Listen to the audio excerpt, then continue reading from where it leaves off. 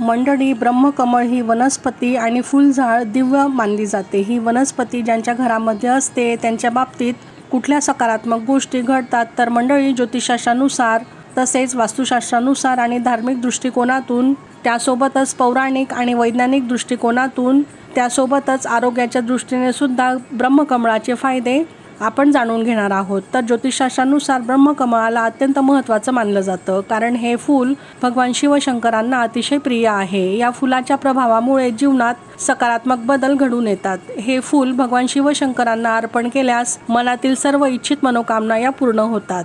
ज्योतिषशास्त्रानुसार कुंडलीत काही ग्रहदोष सांगितले असतील, त्यासोबतच जीवनात ताणतणाव, समस्या निर्माण होत असतील तर त्यावेळी ब्रह्मकमळाची पूजा करण्यास सांगितले जाते. त्यामुळे त्या व्यक्तीच्या जीवनात सकारात्मक बदल घडून येतात. खास करून सूर्य, मंगळ आणि शनी या ग्रहांशी संबंधित काही समस्या असतील तर त्यासाठी हा उपाय सुचवला जातो. हे झाड घराच्या दक्षिण पूर्व अर्थात आग्नेय कोपऱ्यामध्ये लावावं.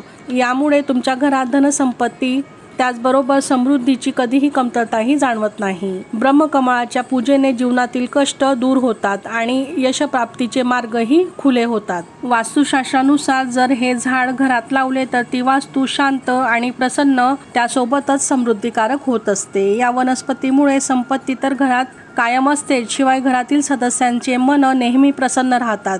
त्यासोबतच कुठलीही नकारात्मक ऊर्जा आपल्या घरामध्ये प्रवेश करत नाही. तसेच घरातील लोकांचे मानसिक स्वास्थ्यही उत्तम राहतं. ब्रह्मकमळाचे फूल ज्या घरामध्ये फुलते त्या घरातील सदस्यांसाठी हे त्यांच्या जीवनातील घडणाऱ्या शुभ घटनांचे संकेत मानले जातात. ही वनस्पती घरात फुलणे म्हणजे साक्षात महादेवांचा आशीर्वाद त्या कुटुंबावर राहतो. त्यासोबतच घरातील लोकांची प्रगतीही उत्तरोत्तर वाढत जाते. याविषयीचा डिटेल व्हिडिओ खाली दिलेल्या त्रिकोणावर क्लिक करून तुम्ही पाहू शकता.